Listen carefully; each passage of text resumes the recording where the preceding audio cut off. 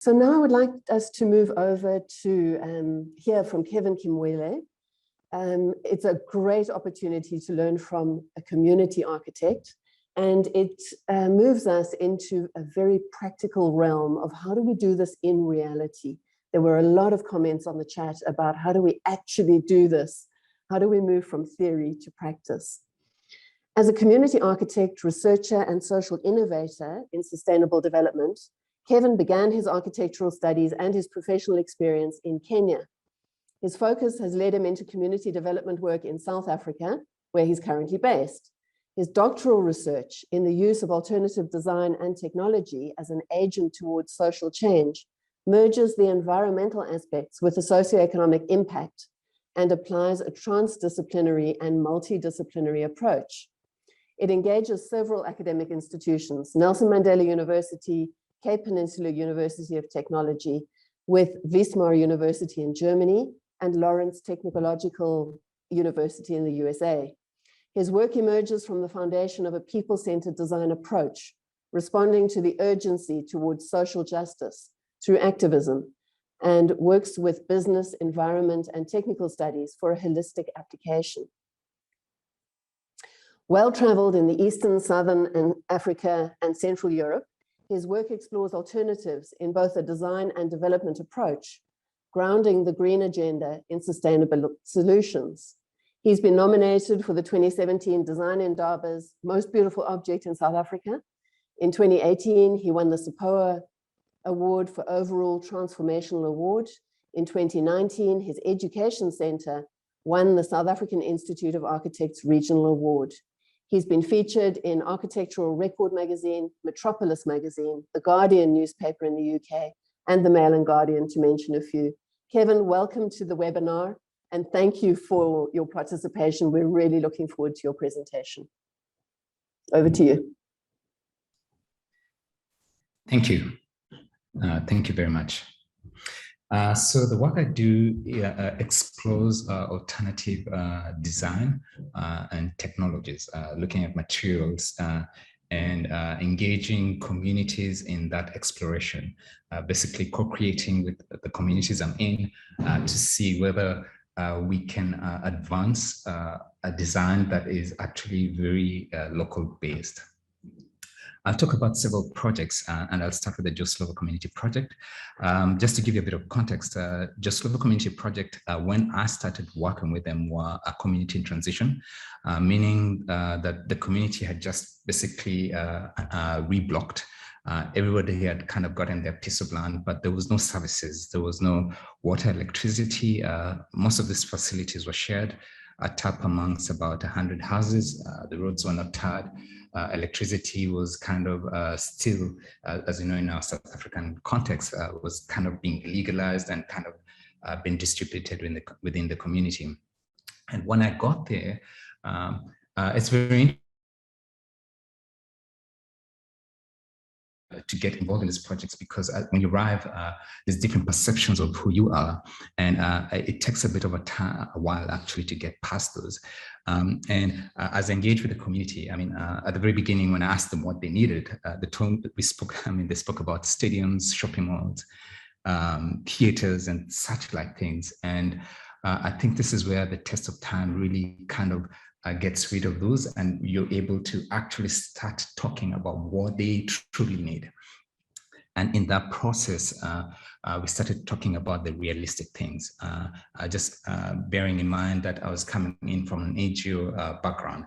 And we started talking about the creche that was around the corner, the kids that were cooking underneath the sun, the need of a facility for the youth who were kind of loitering around every corner of the street, you know. And in that way, we started talking about very real, down-to-earth problems that this community was engaging. And that was a result of being there for 6 months of actually just going in, listening, engaging, asking questions, them asking you questions, and them realizing, the community realizing that we were not part of a government organization or a big funder, or, you know, we were just really trying to understand the challenge of the problems in there. And in the process of doing that, I used a tool called asset-based community mapping, where you go into a community and together with the community, and the community becomes their own researchers, basically. You start mapping out the assets that the community have, starting with the greatest, which is the people, because they present a large skill set. So finding out who does what. The spaza shopping around the corner, the women's tailoring or aspiring tailoring group, and kind of putting that together. And while that is happening, I was looking out at the structures that were there. I mean, it's just shacks that were all over the place, but I saw value in that. All of them were very quickly built, all of them built out of a temporary material pallets. And I started asking a question, well, where are you getting these pallets from? And Port Elizabeth being an industrial city, I mean, they have, these communities have a lot of access to this material. And mapping back to where the source is, looking at the distances, and this is me now applying, the researcher hat, and really seeing the value in this material, in it being so accessible to that community. And what we did there then is, as we worked towards design solutions, we also used a very low-tech material that is available to the community, and we basically got that material to the lab and started pushing its boundaries. And what emerged was basically a building that is about 90% recycled, using the very same material that this community has, which is pallets and a lot of bottles. And what you're seeing there is basically the walls of the building. I will not get into the design aspects of it. As an architect, the design is passive design. Basically, it's lifted up to keep the water off the building. A lot of the shack structures fail at a certain point, which is where the ground and the building meet. And for that reason, we raised up the building. The sides of the building are open to allow lighting. The iron sheets are put at the bottom to protect the building from water splashing through it. Basically, we re-engineered the very same material that they have into this new material. There is a lot of resistance in alternative design or materials because of lack of beauty. And that is the one thing that in this particular project, I think we were able to address. How do you give beauty to a material? Because if you give beauty to a material, then the value or the appreciation of that material is raised much more. And especially in the South African context where alternative materials are receiving quite a bit of a pushback and a resistance from communities because they're seen as a second grade solution. And in this case, we were able to create this wall out of about 2,500 wine bottles. And I mean, in this case, the creche used it for hanging bags. This center was used as both a creche, community center, youth. There's two choirs that used to meet here: a boys brass band and a girls choir, and various other functions. Just remember, this is a community in transition, so this facility is basically meant to assist a lot of the communal activities that happen here. We also looked at the other aspects like sanitation, which is a big problem because there was no services. So in this case, I mean, why reinvent the wheel? We got toilets that already existing from a company in Joburg, and the teachers in the morning would bring in water, and the kids would wash, flush with that water, and then that would basically flush the toilets. And it's that would be a one trip per day because the creche is open in the morning, and in the afternoon it's pretty much quiet. This image was what was nominated for Design Endeavor 2017 Most Beautiful Object in South Africa. And I think what really is beautiful about this image is the ability to metaphorically align technology and beauty from an African. I mean, if you look at this African lady, the creche owner of the creche that was in this facility, and just being able to create this pixelated wall, the color, the texture, and in a way the technology speaks, they can relate to it. they understand it, they know the material, and they connect with it. But beyond that, we were able to incubate a couple of community members, and an extension of that project was actually one lady who was collecting bottles. Then we created a workshop for her, and she ran on with a full-fledged recycling center, from which she's able to educate her daughter. A gentleman who worked with us from this very same community and now he's welding. I mean, in fact, we created a workshop from him, and is able to employ about 3-4 youth from the very same community. And a spaza shop for a lady who was a single parent. And all these are kind of extensions of a community center, but now looking at another realm, which was kind of pushing the social economic impact really within that community. So what just began as a community small intervention kind of spread itself into other areas of really seeking sustainable impact, so that it's not just about giving to the community, but it's also about enabling that community to see the value in what they have, and to grow themselves and extend themselves further, which sustains the impact of the work that we were seeking here. I'll also speak about Kustamoko, who's a waste picker in Port Elizabeth. As my friend Mundano would have says that waste pickers are superheroes with the worst superpower. Reason being, they do us society a very big justice or favor of sorting out our waste issue, but we hardly ever recognize them. You know, we look at them with despise. And in the case of Kustamoko, this is Kustamoko with his waste cut. I mean, I got to know him because a group of my friends found him on the side of the road because a vehicle had basically bullied him and crushed his waste cut. And we got when we got that, I mean, there was an urgency to it. So we immediately got together and we started designing a waste cut for him. But I think the part of human-centered design that I will really emphasize in my presentation is really connecting with the individual, having sympathy and empathy, and really understanding who the individual is, so that you can actually have a deeper impact on him and on the larger community. So for that reason, we tracked Kusta. We went to his home. This is his home in the background. He has a wife and he has a daughter, you know, and I mean, this is about, I mean, I've known Kusta for a couple of years now, but it's really just understanding how he does his business, what the challenges of his business are. And he's hardworking. I mean, he collects all the waste from within the township, he puts it together, and then he moves it to an NGO that does barter trade with him, and he's able to trade that for food and clothing. And he also then has another skill set that we discovered. He's actually a cobbler. He makes bicycles, fixes punches and things like that. And by really following him and tracking him and understanding the challenges, we got to understand better the waste collection issue, part of the waste collection issue in Port Elizabeth. And through that process, then we redesigned his bicycle. Basically, this bike, what I did is we went into a pawn shop, we bought the most affordable bike that we could see. We looked for a bike that kind of fitted and suited his style. And then we took waste material from the motorcar industry and kind of assembled the back of it.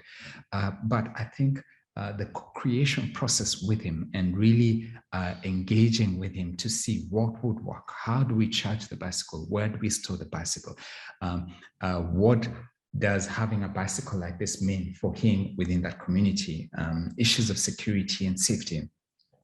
And as we deal with that, we were able to create a waste bag that gives him dignity. You know, people see this and suddenly they slow down. You know, they want to. I mean, we even created a number plate for him, Kusta EC. You know, so people could relate. Oh, this is a vehicle. Oh, well, he's doing waste collection. Oh, this is important for us. You know, and by giving him dignity, also boosting his morale and making him really understand.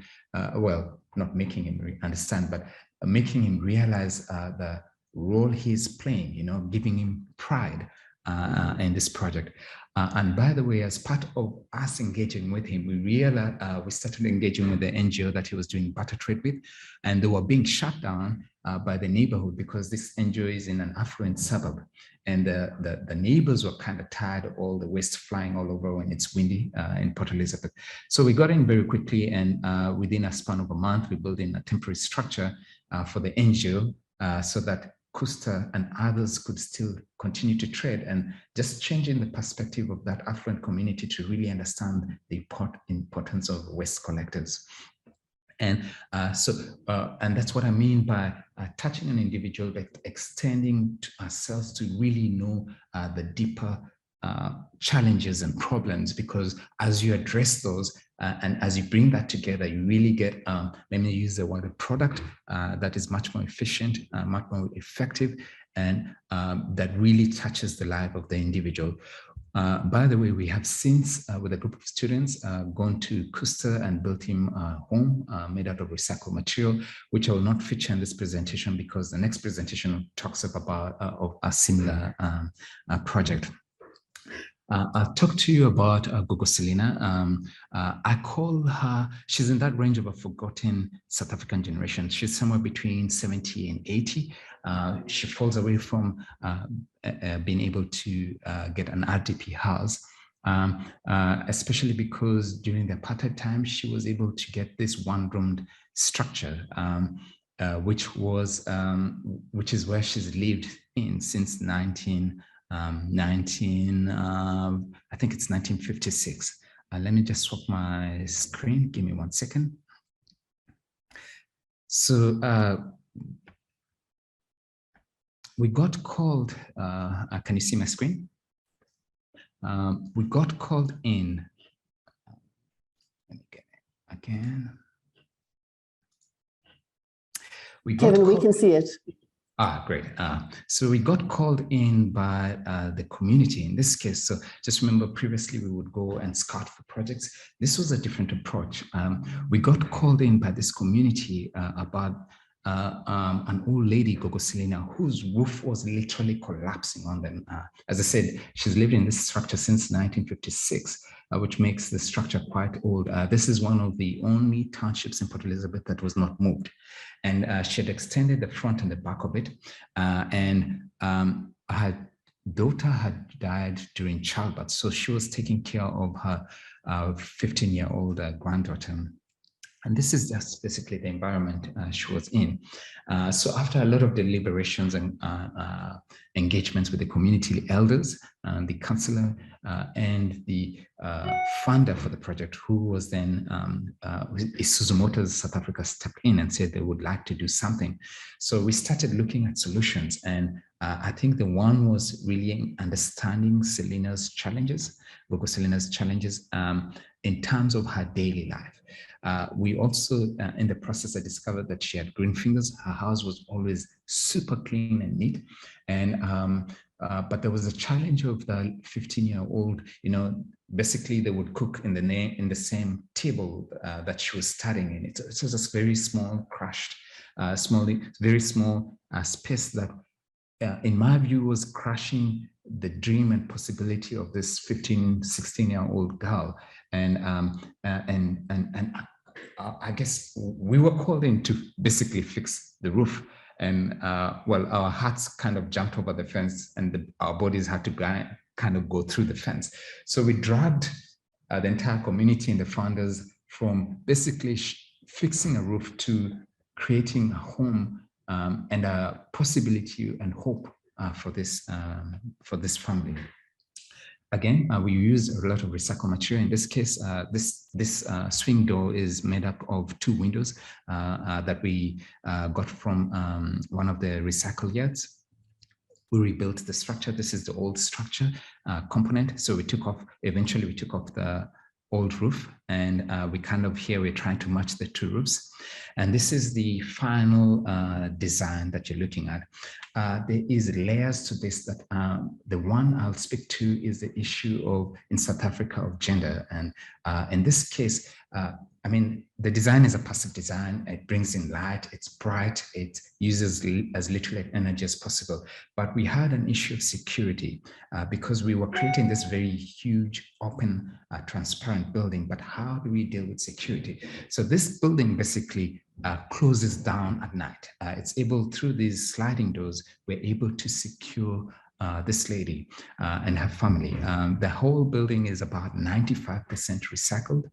We engage a lot of stakeholders. Here you can see, I mean, it's a very simple, I mean, we couldn't afford large pieces of glass, so we used polycarbonate, and basically these doors can open and shut, and that sliding door here basically closes down, and it addresses one of the issues within the township space, which is safety, especially for two women, one very young and one very old, but also just being able to really give them, give Gogo Selina, who's now 80, that dream, realization of a new home. And again, the whole building is made up of recycled material, believe it or not. There's the pallets, collapsible shipping containers, wood that we've dismantled and laminated into buildings, recycled lights and conduits. And this is Gogo Selina with one of our friends in this new space. You can see the in the background over here, the old fireplace that we were restoring. So, I mean, we went through the whole architectural process of really looking at the old structure, putting it together, and then introducing the new structure and really giving this space life. This is the design. Here you can see the original structure, and this is what we eventually introduced to the building, to the rest of the building, which is 2 bedrooms, a bedroom from her and her granddaughter, reading area. We also planted a garden because of her green fingers, so that she could be able to grow her own food and be less reliant on the community.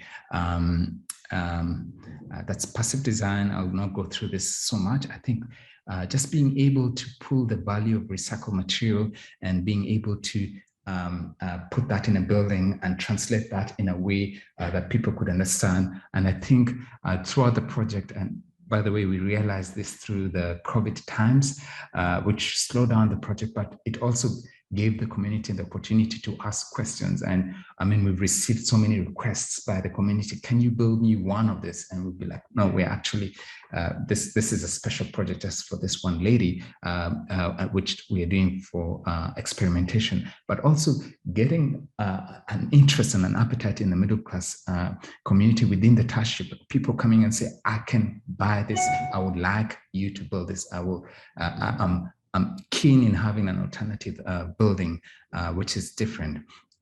I will quickly just play a video of the structure just so that you have an idea of what it looks like. And then I will take questions. Give me 1 second. Let me just find my video.